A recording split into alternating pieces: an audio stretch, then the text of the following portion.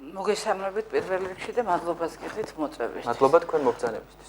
რაც შეეხება საკრებულოში განვითარებულ მოვლენებს, ეს არის გაგრძელება იმ იდეოლოგიური, პოლიტიკური და სხვადასხვა კლიმატ-სოციალური კრიზისზე, რაც ხდება ქვეყანაში. უბრალოდ ლოკალურად რომელ რეგიონში გამწვავდება ეს პრობლემა, ეს არის მაგის გამოძახილი. მე პირადად მაწუხებს ის ფაქტი, რომ საზოგადოება დღემდე ვერ ჩამოყალიბდა ერთ თემაზე, როგორი ქვეყანა გვინდა, როგორი საზოგადოება გვინდა და მეტნაკლებად აი ეს ანარეკლი იყო დღეს საკრებულოში რა მოვლენებიც განვითარდა. ანუ მე საკრებულოში მოხდა მოვლენებს არ განვიხილავ, რომ ერთი მხარე იყო აბსოლუტურად მართალი, მეორე მხარე იყო აბსოლუტურად კვარი. მე ორივე მხარეს თანაბრად ვადანაშაულებ. და არც დემოკრატიის ბაფთებში არ მოვთავ ამ პროცესს. ეს იყო ელემენტარული გამოუცდელობა, იყო ასევე ცოტა რბილად რომ თქვა, დაბალკვალიფიციური მიდგომა დაკისრებული პასუხისმგებლობისადმი ორივე მხრიდან და სახელმწიფოებრივი აზროვნების დეფიციტი. რას გულისხმობ ამას?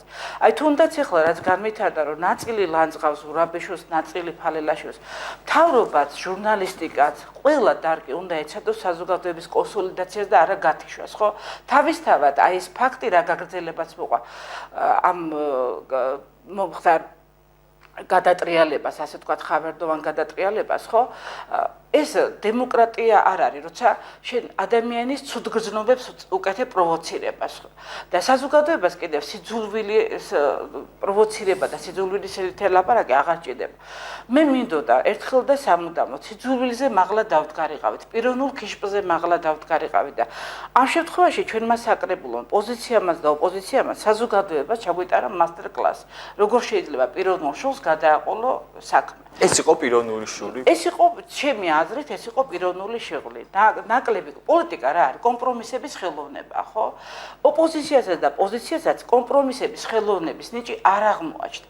მივიდნენ ბოლომდე გამწვავებამდე. და აქ მარტო ოპოზიციის გამწყურება მიუხედავად იმისა, რომ მე სოციალურ ქსელშიც ყველგან ვაფიქსირებ და დღესაც ვაფიქსირებ, რომ წინააღმდეგი ვიყავი ასეთი რყევებისა, იმიტომ რომ შედეგი ნახოთ რა მოყვება, მაგრამ მე არ ველოდები შედეგებს, თუმცა ეს არ ნიშნავს, რომ მე ახლად მოსულ ხელისუფლებას ეგრეთ წოდებულ ოპოზიციას არ უსურვებ წარმატებას, მაგრამ ერთი არის სურვილი და მეორეა შესაძლებლობები. მე მაგალითად იმის გამო რომ თეატრი მიყვარს, არ შევალ და რეჟისორის ადგილს არ მოვითხოვ, ხო აცია, რომ მე უნდა დავდგა, იმიტომ რომ ბევრ სპექტაკლზე ვარ ნამყოფი. ამიტომ ერთი არის სურვილი, მეორეა რესურსი, რა რესურსი გაგაჩნია.